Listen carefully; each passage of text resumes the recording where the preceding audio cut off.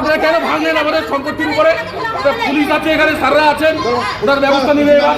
Licence প্রাপ্ত একটি মদের দোকানে বিক্ষোভ ও ভাঙচুর চালালো এলাকার মহিলারা। মঙ্গলবার জলপাইগুড়ি জেলার রাজগঞ্জ ব্লকের আমবাড়ির অঞ্চল মোড় সংলগ্ন গোকুল ভিটা এলাকার লাইসেন্স প্রাপ্ত একটি মদের দোকানে বিক্ষোভ দেখান এলাকার মহিলারা। বিক্ষোভের পাশাপাশি মদের দোকানে ভাঙচুরও চালানো হয় বলে অভিযোগ এবং সেই দোকানে তালা ঝুলিয়ে দেন এলাকার মহিলারা।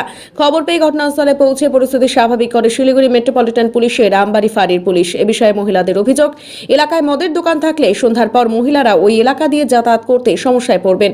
মদের দোকান এলাকায় থাকলে পারিবারিক অশান্তি আরো বাড়বে, প্রভাব পড়বে ছোট ছোট শিশুদের মধ্যেও। আমরা চাই এই মদের দোকান বন্ধ করা হোক। এই বিষয়ে মদের দোকানের ম্যানেজার জয় দুবে জানান, গতকাল এই সরকারি লাইসেন্স প্রাপ্ত মদের দোকান চালু করা হয়েছে।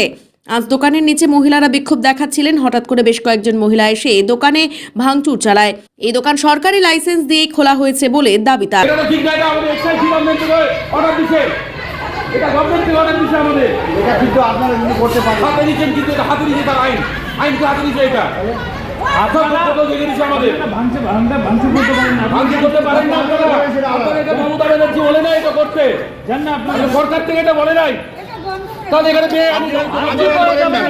আপনারা এসে ভেঙে দিলেন সব। আপনারা কেন ভাঙলেন আমাদের সম্পত্তির উপরে? পুলিশ আছে, এখানে স্যাররা আছেন, ওনার ব্যবস্থা নিবে। সব ভেঙে দিচ্ছে আমাদের এখানে। তোমরা ক্ষতি করো।